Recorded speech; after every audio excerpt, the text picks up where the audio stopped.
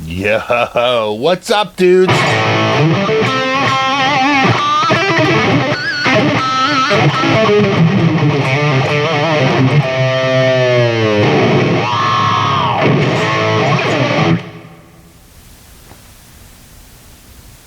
Here it is.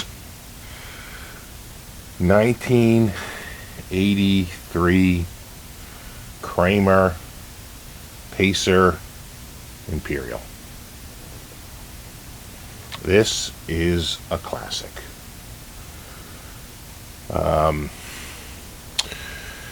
This really was the start of a huge, change in the 80s. In the early 80s, Fender was not making a particularly good product. Their quality control had gotten really poor since they were bought by CBS in the mid-60s. Gibson was still around, but I wouldn't say that their guitars were super popular at the time. Really what was popular were Jackson and Charvel and soon to be Kramer. That's really what got hot. And Kramer, this is 83. This is probably the start of like the Super Strat era with these locking tremolos, which was a new technology. Like when this came out, when this Floyd Rose came out, we had never seen anything like that before. And I was playing a Strat at the time. I had an 81, got it in the fall of 81, brand new, from EU Wurlitzer. And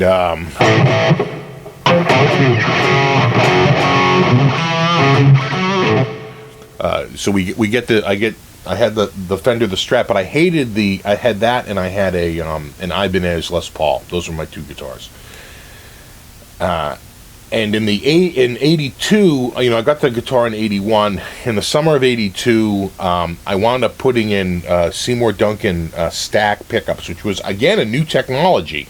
Right? They stacked the humbucker on top of each other, so you could have in a single coil form factor, you could have a humbucking pickup. So I put Seymour Duncan stacks in it, and it helps, right? Because it gets rid of the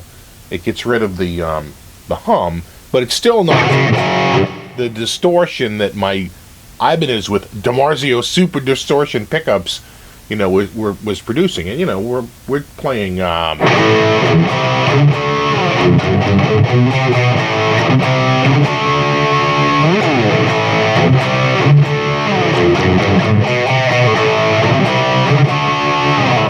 So we're playing all these.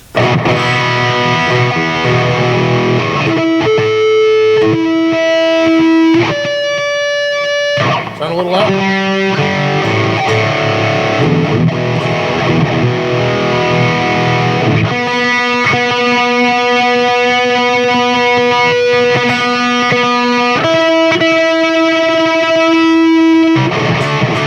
Here we go.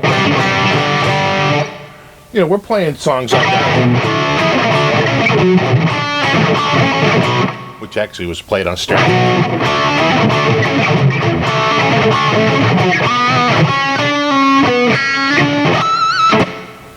But I'm thinking more like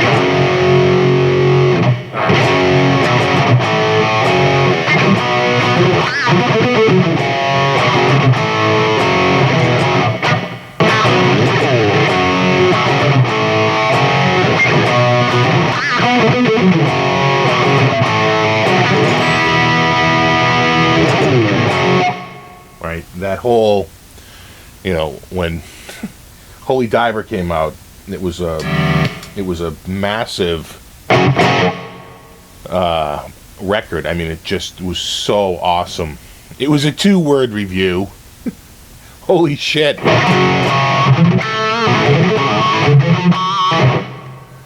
So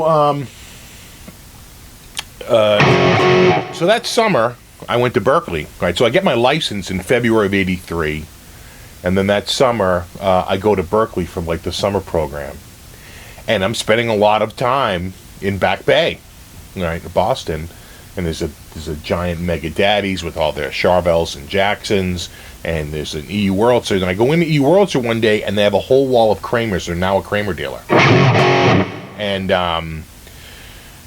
I play a green, candy green, with a maple fingerboard and a maple neck maple fingerboard, and I fall in love with it. I'm like, oh God, I want this guitar. It had the Floyd Rose. It was staying in tune. It sounded great. It felt very much like my Strat. So I was like, this is it. This is the guitar, for me. So at the time, again, this is 1983. The guitar was $699, right? Which is, today, if I wanted to get that guitar, that was the equivalent of about $17.50, right? So it was like $739, $735 with the tax, $734.95, $699.95 for the guitar, and $35 in tax.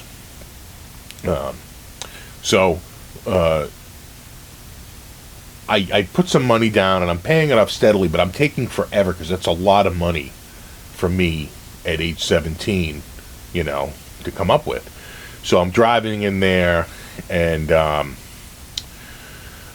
finally I go in there, and it had been months, and they said, look, we can't hold that guitar. We can't hold that stock back. Why don't you just keep paying in, and we'll get more stock, but we can't hold that particular guitar. And I was like, all right. I knew I had gone way past, they had a 30-day layaway, and I was about 4 or 5 months in. So they get rid of they sell the guitar. I keep paying in money, and finally I just get all the money together to go in and pay it off. And they have a whole new rack of Kramers up there, and they were different. Now, this guitar, this is an early to mid 83. This is a maple body. Now, most of these came alder, but they would use maple, usually for the clear finishes, but they would use maple occasionally on even a non-clear finish like this. This is the candy apple. This is a process called diamond coat, which is basically a polyester finish, just super thick polyester finish, and it is really, it looks gorgeous. It's really, held up over the years. Polyurethane coating on the neck. It's a fairly small, not as small as the Ibanez is, but around a Strat feel neck. Maple, obviously, polyurethane finished, and a rosewood fingerboard, which is good because with the maple body and the maple neck, it would be super bright. That rosewood will temper that just a hair. Not a lot, but a little bit. So, Floyd Rose, whoever owned it before I bought it used for $3.25, which is just an unbelievably awesome price. Put a D-TUNA in it. They couldn't get it to work. They had it upside down. Fix that. The D-TUNA worked. The D-TUNA also won't work if the bridge is floating. You have to lock it in, or else when you switch, you'll get it in tune in one, and when you move to the other, the bridge will tilt just ever so slightly, and now you'll be out of tune with the rest of the band. Your guitar will be in tune with each other, right? The guitar will be in tune with itself, but you won't be in tune with the keyboard player or the bass player. So, that becomes an issue. But this is a C series, right, and a very low serial number. So this is early 83, early to mid 83, and it says made in USA on the back plate, because a portion of this actually was made in the USA. The body was. So the body's made by Sports, the neck and finished by Sports, right? Kramer made nothing. They're an assembly plant in New Jersey. The neck was made by ESP. The gears, the tuning gears, and the Floyd Rose, and all the electronics, and all the pickups, all made by Schaller. Schaller made all that. Of course, Floyd Rose owned the design, but Schaller was the one that made it. And they made it in Germany like they made everything else. Everything, all the electronics, all the hardware, all made in Germany. Strap buttons, everything, Germany, right? Deutschland. So, and they're awesome. The quality of the hardware is really, really good. They were trying to position it as a premium product. I mean, for $6.99, That was pretty good. That was more than I paid for the Fender, the Strat, and that had all the gold. I was like a high-end piece for them. So this is a pretty expensive guitar at the time. So I go back, I get a new, I go back in, I finally have all the money. I trade in the Strat, and they give me like $250, which was like a gang. I think I paid $650 plus another, I don't know, $100, $150 to put the Seymour Duncan, pickups in, and of course they give me. But I had beaten the guitar up. I had broken the tremolo bar off inside like 3 times, and every time I would go back to the metal shop guy at my school. We had a killer metal shop at my school, and he would just drill it out, reverse tap it, pull out the thing, no problem. And he could very easily just make a new. He would drill it and fill it, and he put it. He was like, "Here you go," and I'd go back to him 2 months later. I'd have the thing broken off again, and it's because it was just so flimsy compared to this, which is an incredibly well-made, much thicker, much better system, And of course, it locks.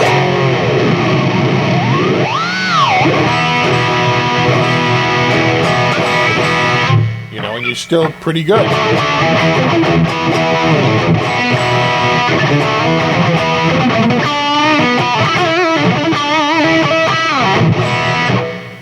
So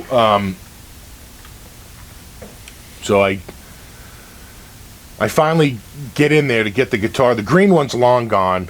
I had known that for a while, and they have a whole new. And then the guy says to me, he goes, "Oh, right, those are the new Kramers, the ones with the really wide necks."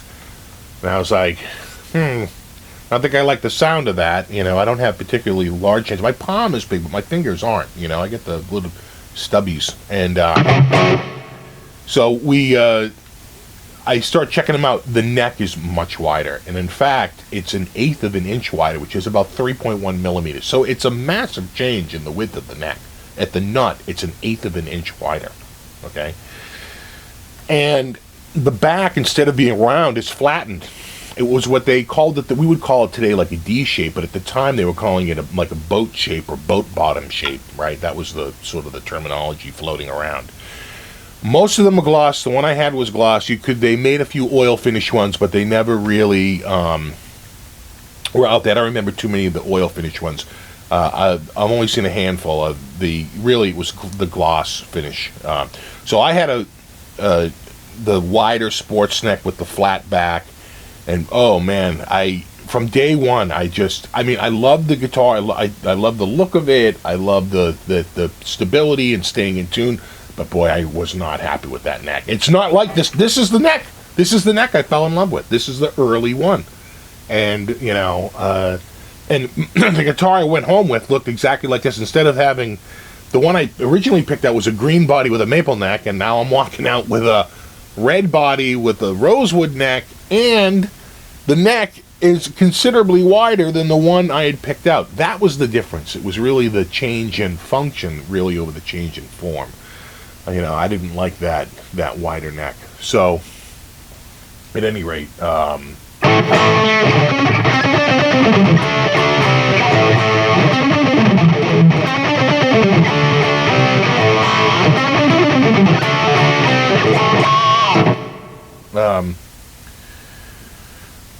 I get this, I get it home, and I play it for a couple of years.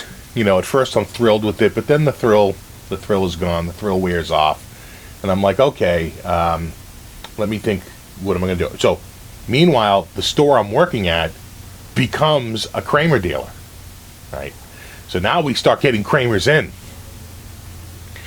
and this is around 80, not really 85, I would say very early 86. So there's a big transition for Kramer. The reason why the neck I bought back in 83 was made by Sports was because there was a transition at ESP to go to the hockey stick headstock, the banana headstock, hockey stick headstock, whatever you want to call it. The other one is the droop. That came a little bit later. But the first one was the round, basically the Explorer headstock from the Explorer, a little bit bigger, but essentially that shape, that long rounded shape. And this is called the Beak or the Classic. and they were making a switch. So while ESP retools, Sports is making the next. That's why I got a Sports neck when I got mine. It's a very small window, but I happened to fall right in that stupid window to get that wider neck, which I was not happy with. And it was just so much different than what I had originally played. So they get ESP to retool the necks. And in '85, Sports is still making the bodies. ESP is now making the necks with the hockey stick headstock. Then there's a shake-up again. Sports is out. Now ESP is making all the bodies, and the shape changes to basically what was the George Lynch Kamikaze at the time, right? Remember the George Lynch Kamikaze? So it's a Strat style, but much pointier with a sharply radius body. It's basically the Kramer Pacer Custom 1, the Custom 2, all those 86 and later. They changed to the droop headstock with the small block lettering. And I love that neck. We got a bunch in, and I was really happy with how they played. And I said, is there any chance we can just get a neck? And they were like, actually, we can. I said, how much? They're like $120. I was like, oh, order it up. So they order up the neck. I get in a maple neck, which is the original one. I wanted maple. I get a maple neck. I put it on my my Kramer body that I had at the time, and it was like a whole new guitar. It really was. Sold the old neck and for like $40 or $50, and I had the new neck, and I played that for a couple more years. I put a Seymour Duncan Invader in it. They were all switching to Seymour Duncan pickups in their guitars, probably because the guitar really wasn't made in the U.S. anymore. No part was made in the U.S. The hardware was all German. The neck and the body were Japanese. So they switched to Seymour Duncan pickups. They did take off the Made in USA plaque off the back. It didn't say that anymore. Now on the plate, it would just say Neptune, New Jersey, and you'd be left to sort of figure out what they meant by that. But whoever owned this one put in EMGs, or one EMG. They got a 25K pot here, and they've tried to separate a little bit, but I'm probably going to pull that EMG out. I doubt I am going to put, is that silver? Or is that gold? That's silver. So that's an 81. We've got an 81, and this is the stock Schaller pickup here. And even the stock Schaller...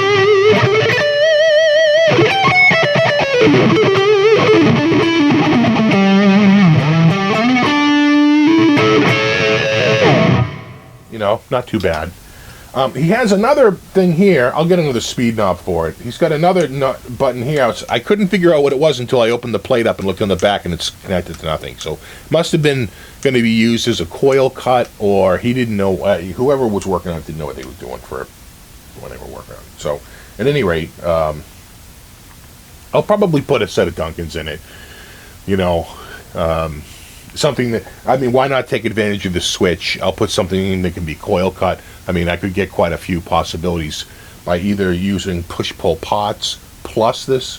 I could probably wind up getting, out of phase and, a whole bunch of, coil cut and out of phase. That's really the only two options you have. You could start to do series and parallel, but it becomes a little trickier. But I'm sure I could find a number of options to use. Or I could just pull that button out, that switch out altogether. It's a two-way. This is a three-way. This is a two-way. I could pull that out altogether and just put in a temporary a kill switch, right? A momentary kill switch where when you hit it, it kills it. When you let it go, it runs. So.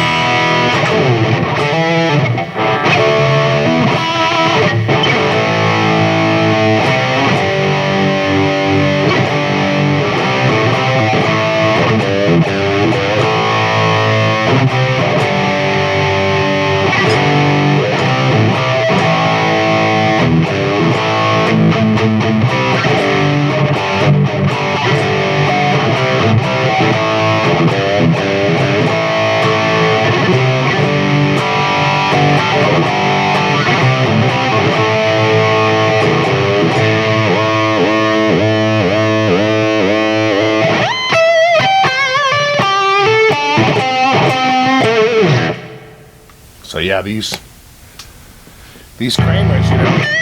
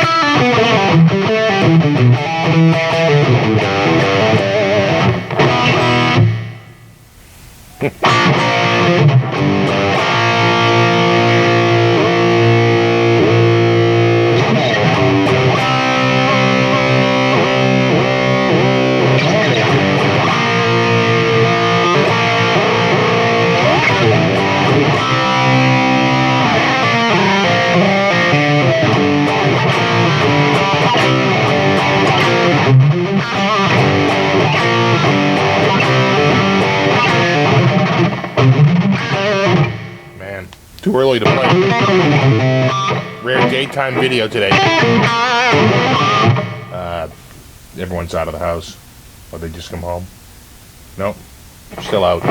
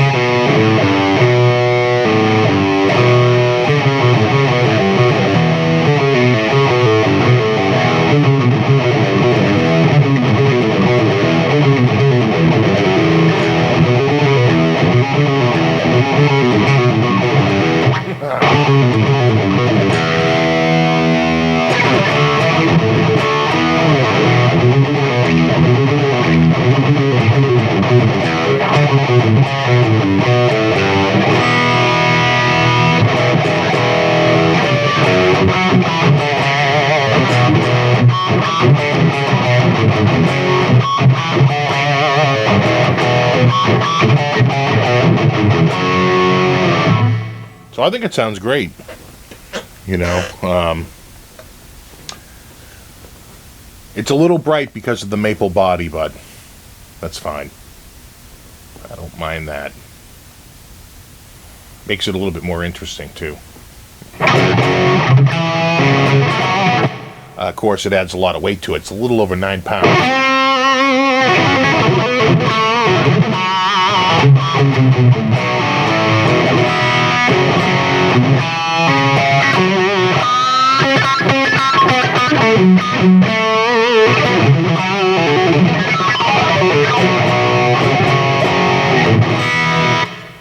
But it's really held up. It's in great shape for a guitar that's 30 years old.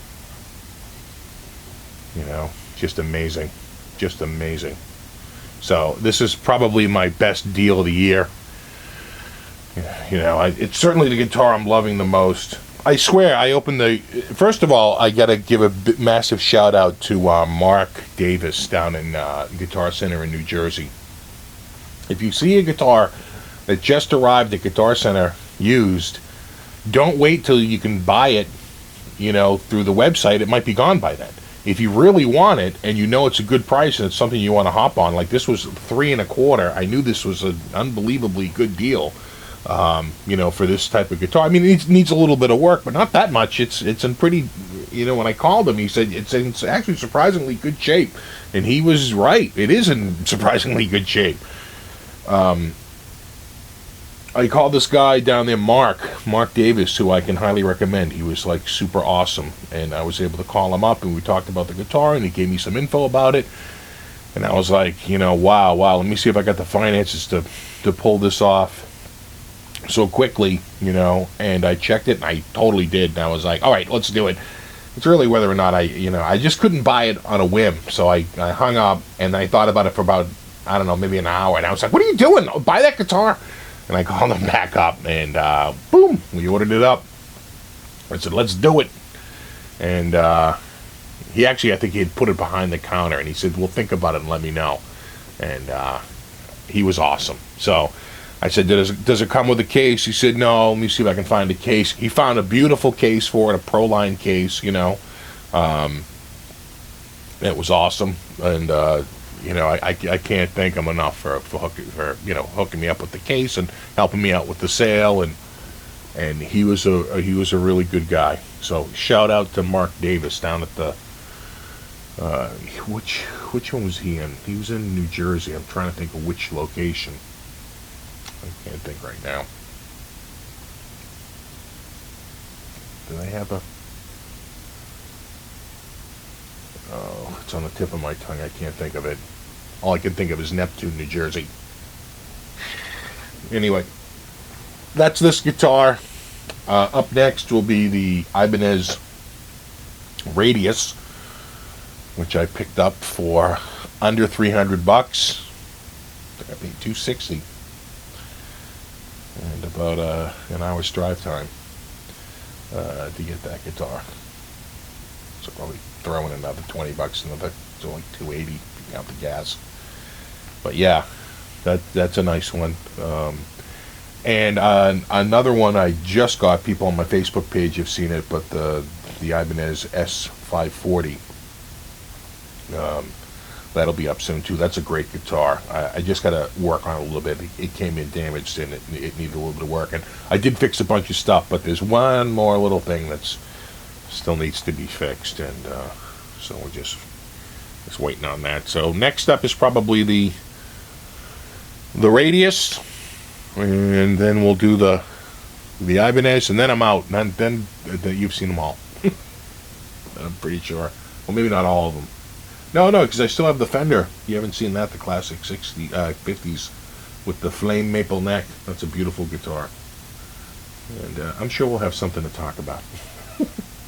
I almost bought a Kramer Farrington the other day. They had one, again, on Guitar Center. I troll all the used sites. I do Craigslist and eBay and, Music Go Round and Guitar Center. And they had one at Guitar Center for $179, and it had the nice binding on the neck with the the headstock inlay. Oh, it was nice. $179. I was all over it, but boop, gone. If you don't move fast, you got to call them right up. And you got to move fast on it. So, anyway. All right, guys. As always, rock on.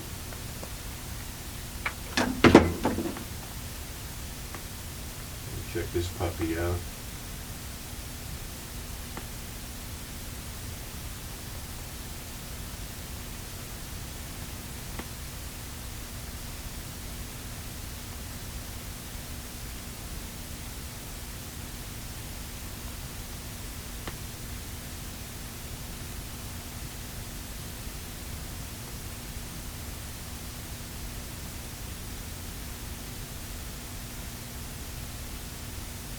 All right.